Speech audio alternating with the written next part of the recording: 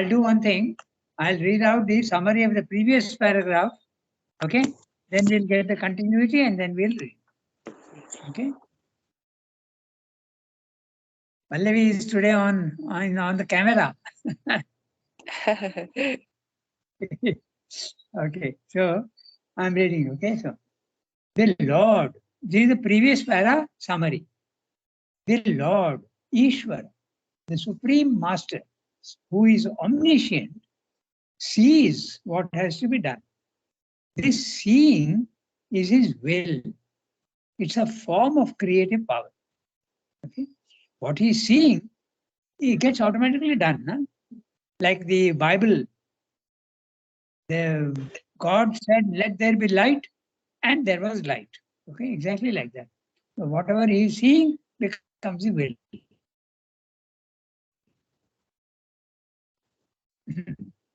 Shakti of the Ishvara is seized on by the divine Shakti, the divine mother in the physical world, the all-conscious mother, Jagan Mata, and with her dynamic power executes it into manifestation. So it's like the divine is saying this has to be done, and in the physical world, the mother is the deputy. Okay. At the highest level, she is equal to the Lord. They are both together. But at the lower level, she obeys what the Lord is saying and she executes it. And who is that? Nature. Nature is doing everything. Nature is creating trees, creating human beings, creating animals. So she is doing what the divine has told her to do. Okay, the Ishvara. So, there is the omniscient Ishvara whose will is translated into a dynamic mechanism of manifestation by the universal nature, Prakriti. You can call her, if you want, Divine Mother, but at the universal level, she is unconscious and mechanical. She is just carrying out like a machine. Okay. But at the highest level, she is fully conscious. As it comes down, the law of diminution also starts becoming effective. Okay. So that's what happens. But the seeing and will is not like man's sight and will and action. It's a bringing out into manifestation that which is already present in Ishvara. Okay, just once again,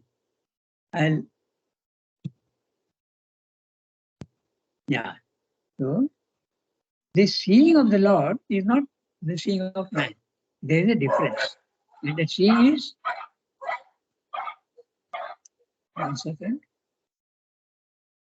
Yeah. But this seeing and will of the Lord is not like man seeing, sight, and will and action. It's a bringing out into manifestation that which is already present in the Ishvara, like the poet who brings out into poetry his inner real conceptions. Okay, exactly like spontaneous.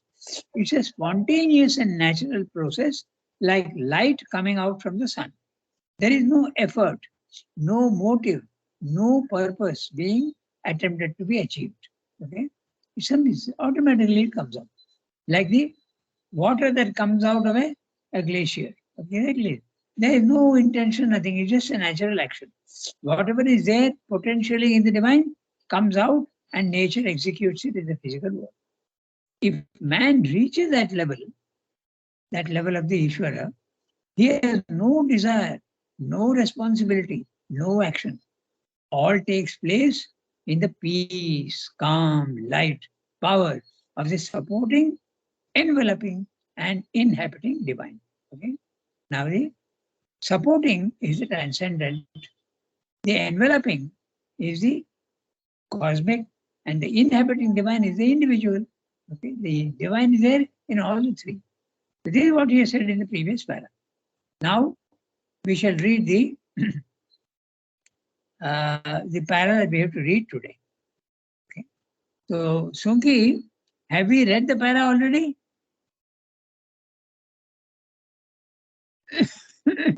Yes, Rangada, we have read the para. Yes. Okay. Yeah, you have to go through it, please. Okay, we'll do that. Each sentence we'll go through. But even before that highest approach to divinity, to identity is achieved, something of the supreme will can manifest in us as an imperative impulsion, a God-driven action. We then act by spontaneous self-determining force, but a fuller knowledge of meaning and aim arises only afterwards. So again, we come back to the idea that all these planes of consciousness are not strictly separated rooms. They are not like a staircase and well defined each one.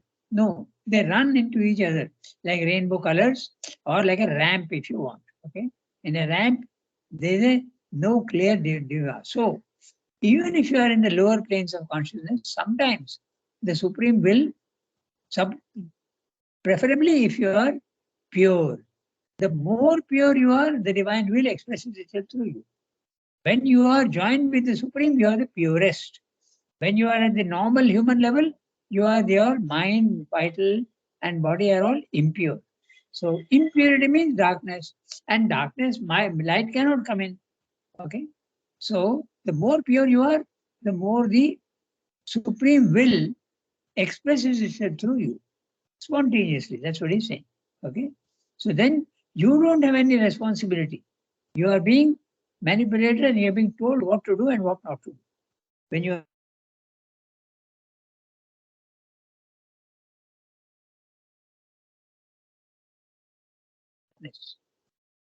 okay, connection gone. Okay.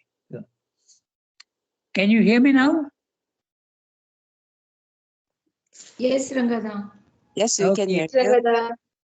The connection went away and came back again. Okay. The Yeah. internet is fluctuating. Yeah.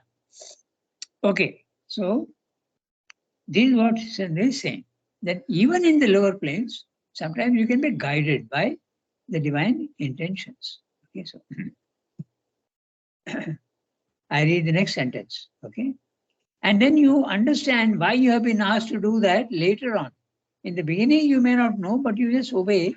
You are pushed into a particular line of action and you don't know why it is being done, but later on you come to know why it was like that.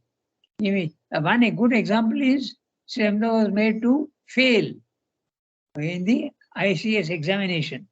Later on, he came to know why it was necessary, because he couldn't have worked under the, if he has to fight for India's freedom, how can he be a servant of the English government? He couldn't have been. So there was an intention behind that failure. So here also, you are made to do certain things and you don't exactly know why it is happening like that, but later on you come to know. Sometimes you come to know immediately. Like even those guidance of go to Chandranagar. I don't know if it is very clear to him, but he went immediately. Later on, it became clear to him why, because he had to meet mother in Pondicherry. Okay, so Chandranagar was the first step, and second was go to Pondicherry was the second step. Then it became clear to him. At that time, he didn't know that he has to go to Pondicherry or he has to meet the mother. He didn't have a clear idea. Okay, so this is what the guidance comes partly. That's what he's saying. Now I read the next sentence. Or the impulse to action may come as an inspiration or intuition. Okay?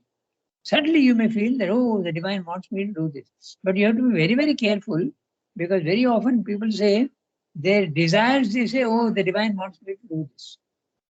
When you are impure, this sort of thing happens. So you have to be very, very honest with yourself.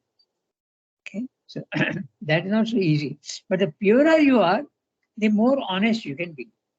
The less pure you are and the more impure you are, the less is the honesty. Okay? You fool yourself very easily. So, or the impulse to action may come as an inspiration or intuition, but rather in the heart and body than in the mind. Okay. Here, an effective sight enters in. An effective sight. Sometimes you can see that why you're being asked to go in that direction. An effective sight enters in, but the complete and exact knowledge is still deferred and comes, if at all, later. So very clearly, some of those guidance to go to Pondicherry is a very interesting case. Okay? He didn't know exactly why he was being asked to do that. One obvious reason was that you are trying to escape from the English territory into French territory, but that was not the main idea at all. Many people are misinterpreting and saying Sri Aurobindo ran away. Okay, but that's not true at all because he just obeyed the divine. Okay, I remember once I was in Delhi, and someone was saying that Sri Aurobindo ran away. He was first of all fighting, but the moment the British wanted to arrest him, he ran away. He didn't run away at all. I raised my voice and told them, certainly not. He was just obeying the divine will. Okay? There's no intention of escaping. Okay? So that was the thing. Later on, he came to know why he was sent. Because he had to work with Mother, he had to collaborate with Mother for the descent of the supramental being, supramental plane. And that he could not have done alone. He had to be done with the aid of Mother, who was in the physical world and doing the work. That's what he's saying. No? In the beginning, he said, the divine has an intention and the divine Mother executes that intention. Exactly the same with Mother and Sri Aurobindo, same thing. What he is doing, Mother is executing. When the yoga is imperfect, only some actions can be done in this way. Okay? Because you're not sure whether you are being commanded by the divine or you are, it's your vital desire. That happens very often. And you at that time, you must wait and honestly, you must wait for more guidance. Okay? Very often it happens. How can I be sure that this divine wants me to do this? Could it not be that my vital is wanting this action? Okay, it can happen like that. When the yoga is perfect, all action becomes of this character. In other words, you have absolutely no responsibility. You are become an absolutely pure instrument. You are transparent, and the divine is using you like a puppet. Okay. But immediately the Western mind will say, puppet? My God, certainly not. We want to stand on our own. Okay? They will say that because they don't like to, they want to, always the individuality they want to stress. But this slavery to God can be the happiest freedom. Okay? This we have to do. When you think that you are free and you are doing everything, you are actually a slave to nature. Okay? It's very clear. And when you are absolutely pure, and the divine is moving you as on a chessboard like a pawn, okay, you can be the happiest and you are really free because the divine freedom is being expressed through you. Okay? We may indeed distinguish three stages of a growing progress by which first the personal will is occasionally or frequently enlightened or moved by supreme will or conscious force behind it. So it may come in two ways. First of all, your personal will is there, I need to do this. Okay. But it can be enlightened. Number one. Or it can even be moved. That means you get the power also to execute what the personal will is, by supreme will or conscious force behind it. When then constantly replaced, the next one. And last, identified and merged in the divine power action.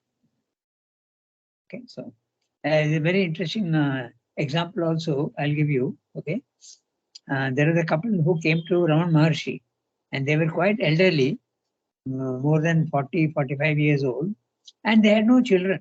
So they came and asked him that with your blessings, we would like to have one child. Okay, and now Ramana Maharshi is completely identified with the supreme will. So if the supreme will says, yes, you can grant them, it will come. But he's not using his own will at all. Okay? He is just open to the divine will. Sometimes it can happen that the divine will is coinciding with your own will, but sometimes it may not. So you are not doing anything, the divine is doing through you, and they got the child. Okay, so they think it is his blessings. Actually, it is not. It is the supreme will which is allowing that through him. So these are what Sri is saying here. Three stages. First of all, your personal will is there, and you have no contact with the divine. That's you are in ignorance. Secondly, it starts, the divine will starts enlightening you, telling you don't do this, don't do this, frequent, occasionally or frequently. When the more pure you become, it more becomes more frequent. Okay? Or moved by supreme will or conscious soul behind.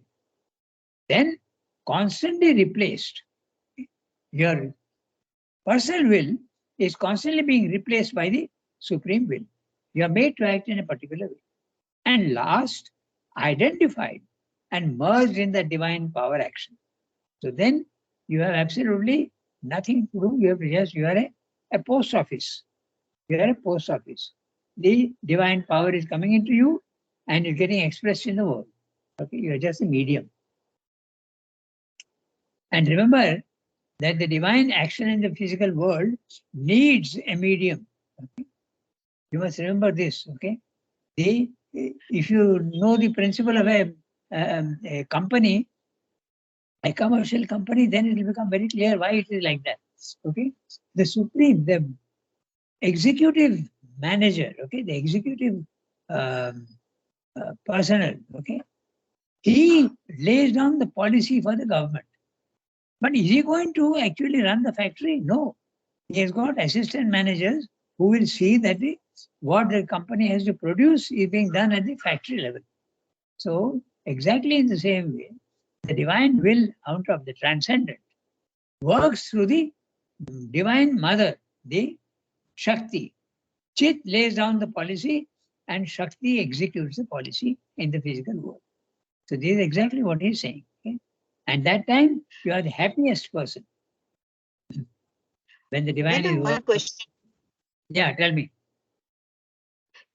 No, in the example that you gave, no, about the couple wanting a child, if Yes. the divine will was there for them to have a child, it would have happened anyway without them going to Raman Maharshi, or no?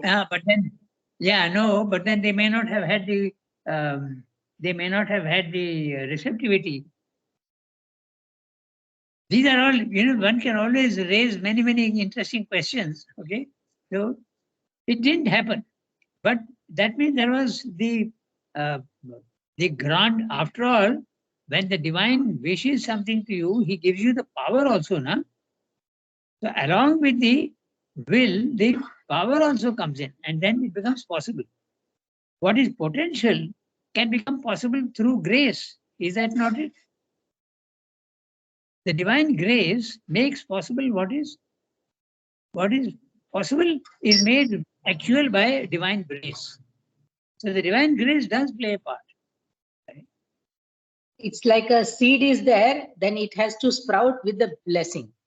Exactly. I was just going to say that, Shilpa. I was going to say, take a seed, it has the power to create the tree. But if you put it on my table, it will never sprout. Now it needs the divine will, or you take it and put it in the right conditions, put it in the ground, give water, sunlight, then it will sprout. So that's the answer to Pallavi's very interesting question. It could have happened, but sometimes it doesn't happen. Okay, it needs a extra divine power and the divine permission. That's what happens. You are raising very interesting questions, Pallavi. But Shilpa gave you the answer. Okay, like the seed on the table and the seed on the ground with the right conditions. But Raman Maharshi became the instrument, no? Raman Maharshi became the instrument, correct. And you can say instrument, and he was the one who allowed that grace to become real. You can say that, yeah. Okay, so we go to the next, I'm going to the next sentence, okay. The second is the stage when human intelligence is more and more replaced by a high illumined or intuitive spiritualized mind. When you go to the level 2 of the spiritual planes of consciousness, then your intelligence becomes more and more open, okay, and it gets illumined by the divine intention. Okay? The second is the stage when human intelligence is more and more replaced. Note the word more and more. There is a gradation by high illumined or intuitive spiritualized mind. The external human heart by the inner psychic heart. The senses by purified and selfless vital force.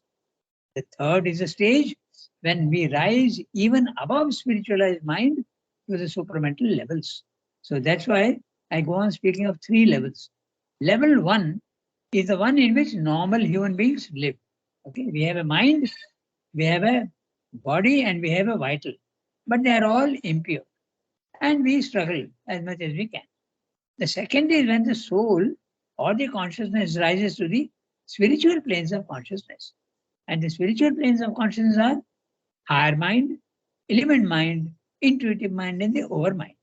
Okay. So this, and when you are there, you are much purer, and your mind can be more illumined. Okay. But at the third level, it's absolutely the supramental level. The third level is you are absolutely identified with the divine. And then the power also to change the lower is there. In the spiritual planes of consciousness, you can change your mind. The light is enough. You can change even your vital, but you can't change the body so easily. Okay. Changing the body in Sri Aurobindo's language means becoming immortal, even the body, and free of disease. That would be the supramental body. Okay? The supramental being, and it's not created in the normal natural way. The supramental body is Swayambhu. It is created by will and its own will. It creates and it can dissolve also. Okay. So this is the third level. So you have 3 levels all the time. Okay. So that's what he's saying. So again, to summarize, okay, I'll quickly read the summary. Okay, so it goes like this. But even before the highest levels are reached, some impulsions of the Supreme Will can enter and influence and even seize us.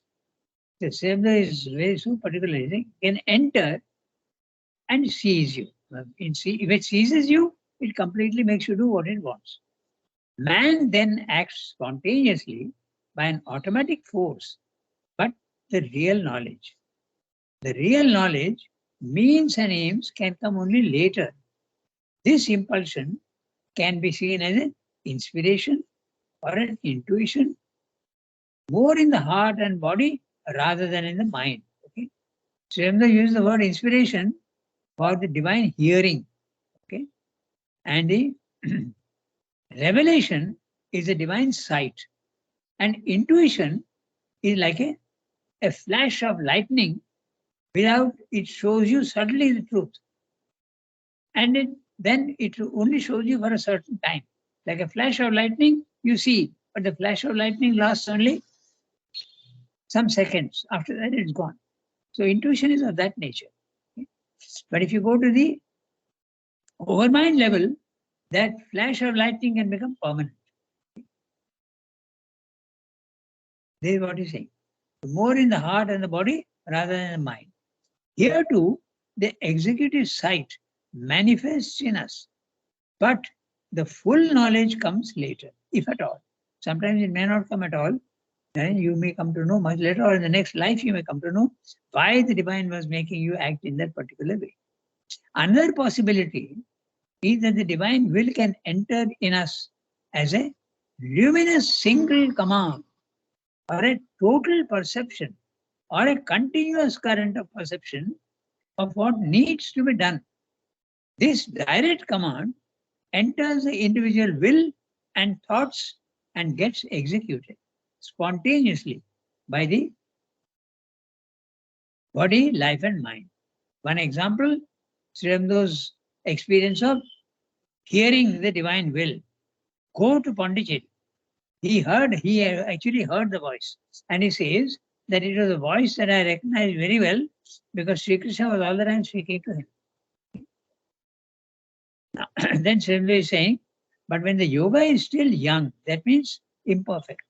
Only a few actions can be of this nature, which is a direct command and an automatic execution.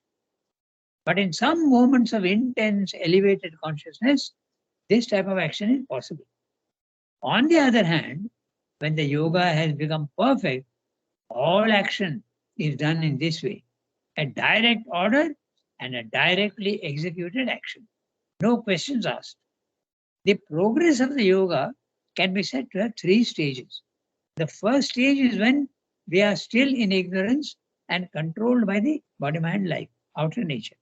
Second stage is when the spiritual knowledge replaces the mental ignorance. This is the spiritual planes of consciousness, level 2. The third level is when the supramental is reached. Okay? So this is what he's saying in the paragraph. Okay? So how much time do we have? Oh, we got plenty of time. We got 15 minutes. So we'll read the next one. Pallavi, Tuesday is Pallavi's day. Or sometimes Sarika's day also. So if Pallavi has the text, she can read. Okay, Rangada, I'll read. Okay, go ahead. The Lord has veiled himself. No, in all three stages. No, the Lord That- has veiled himself. No, in all three stages, the fundamental character. Yes, you're right. You are right. Go ahead. In all three stages, the fundamental character of the liberated action is the same: a spontaneous working of Prakriti, no longer through or for the ego, but at the will and for the enjoyment of the Supreme Purusha. At a higher level, becomes the truth of the Absolute and Universal Supreme, expressed through the individual soul and worked out consciously through the nature, no longer through a half perception and a diminished or distorted effectuation by the stumbling, ignorant, and all deforming energy of lower nature in us, but by the all-wise, transcendent, and universal Mother. So now Universal Mother at the lower level is mechanical and unconscious, but at the transcendent level, that means at the highest level, she is all wise and she is also all powerful, and Chit Shakti, she has also got the consciousness. The consciousness has got the power, and the power also has got consciousness at the highest level. In other words, you can say the Ishvara owns the Prakriti. Okay? Or you can put it this way: the Ishvara owns the power, but the Divine Mother also has the consciousness. You can put it in that way. He is expanding. This small para is only expanding on what he said earlier. Again, we'll do one thing. It's a very small para. You can even do the next para today. All the three, I'm reading the summary. Very short para. All the three stages of the action of the liberated man continued in the physical world are the same. His action is not ego originated or ego induced. His liberated action is executed for and by the will and for the enjoyment of the Supreme Purusha. At an even higher level, the truth of the Universal Supreme is expressed through the individual. But now it is a fully conscious action and is carried by the individual nature, is carried out by the individual nature. This action now is not mechanical and unconscious, caused by universal nature, which is a distorted, diminished, stumbling, ignorant action. So it becomes absolutely conscious action. Even now, all of us, okay, they are being manipulated by the Prakriti. And we are not receiving the actual thing. We just obey Prakriti unconsciously. But when you rise to the higher level of consciousness, you realize that the universal nature is acting through you, and then you can, to a certain extent, make your contribution there. There is a semi-liberation, but not full liberation. Full liberation comes only at the third level. Okay. So I think we have got time. We got 10 minutes, so we can read one more para. The Lord has willed himself. For us, They- it is the same. It is continuing. In my book, it is continuing. That's in your, but in mine, essay, CWSA, it is two different paras. Oh. Yes. Okay. Tarika, That's the last. Yeah, you can read. The Lord Have you has got- veiled, yeah. The Lord has veiled himself and his absolute wisdom and eternal consciousness in ignorant nature force and suffers her to drive the individual being. With its complicity as the ego, this lower, its complicity as the ego, this lower action of nature continues to prevail, often even in spite of man's half-lit imperfect efforts at a nobler motive and a purer self-knowledge. Our human effort at perfection fails or progresses very incompletely, owing to the force of nature's past actions in us, her past formations, her long-rooted associations. It turns towards a true and high-climbing success only when a greater knowledge or power than our own breaks through the lid of our ignorance and guides or takes up our personal will. For a human will is a misled and wandering ray that has parted from the supreme puissance. The period of slow emergence out of this lower working into a higher light and purer force is the valley of the shadow of death for the striver after perfection. It is a dreadful passage full of trials, sufferings, sorrows, obscurations, stumblings, errors, pitfalls. To abridge and elevate this ordeal or to penetrate it with the divine delight, faith is necessary. An increasing surrender of the mind to the knowledge that imposes itself from within, and above all, a true aspiration and a right and unfaltering and sincere practice. Practice unfalteringly, says the Gita, with a heart free from despondency, the yoga. For Yeah. even though in the earlier stage of the path, we drink deep of the bitter poison of internal discord and suffering, the last taste of this cup is the sweetness of the nectar of immortality and the honey wine of an eternal Ananda. Yeah. This is in the Gita, it's there. When you are doing yoga, it's very interesting. When you are not doing yoga, you enjoy your vital desires. But in the end, it becomes like a poison. Okay. But when you are doing yoga, in the beginning, the effort is like poison. But in the end, it is like nectar. That's the Gita. And I appreciate your getting confused about the. So actually, because the quotation marks are a little strangely put. Okay. Not strangely, there's a logic to it, and that's what I want to discuss with you just now. The sentence is actually practice unfalteringly the yoga. Practice unfalteringly the yoga. But that's outside the quotation marks. Yeah. So that's why the confusion. Okay. So when he's putting practice unfalteringly, it is the Gita. Okay. Anil Vinna Chetasa. With a heart free from despondency. Okay. So,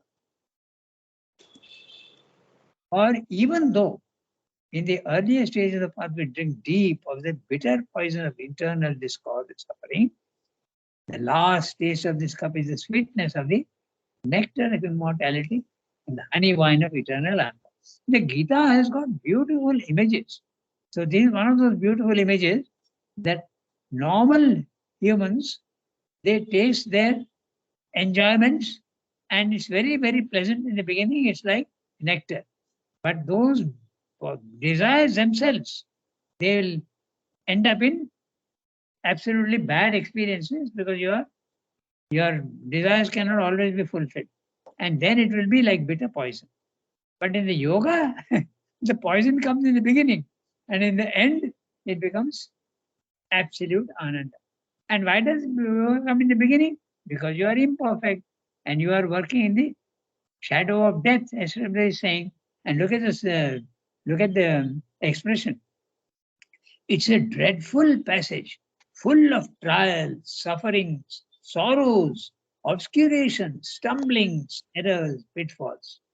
This is when you are trying to do yoga on your own.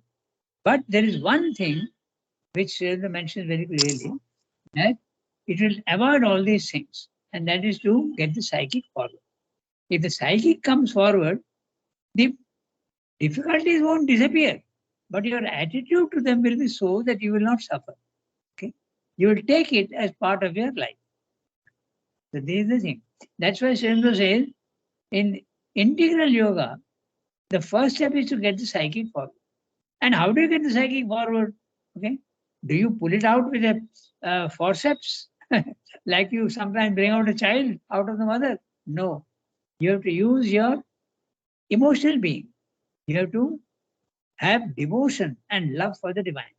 That will slowly bring the psychic forward. Constant remembrance and constant offering. Everything that you do, if you start offering to the divine, you are eating, remember the divine and offer your food to him. You are going out of the house, remember and ask for protection. When you come down just before sleeping, also you can just remember the divine and ask for, because in sleep, one often goes out of the body. And if you go out of the body and have a bad experience in the vital world, it can be like a nightmare. So you can ask for protection. Okay. Mother and Sandra said that. You ask for, remember and ask for protection. And when you get up, the first thing you must think of is the divine. So this way, the psychic can come forward. That's the first psychic transformation. The second is the spiritual transformation. You rise to the higher level of consciousness. You are not now lodged in your body-mind life, but your consciousness above, but using the body-mind life for action in the physical world. And the third is the supramental. Supramentalization will give you absolutely, you will go to the next level of evolution. That's Srind's yoga. Triple Ranga? transformation. Ranga, Yeah, tell that me. question. No, in the first one, when you said no, you remember and offer, that Yeah. the psychic will come forward. But usually when we remember, it is always for selfish reasons. It is not for the That's psychic right. being to come forward. That's right. No, but you have to, doesn't matter if it is selfish, offer it to the divine. Okay. For instance, I'm telling you, suppose you are going to eat and there is a dish which you like very much. Okay. So you are anticipating and your mouth is also watering with saliva. Okay. Doesn't matter. Offer it to the Lord. Okay. In fact, Mother says something very interesting.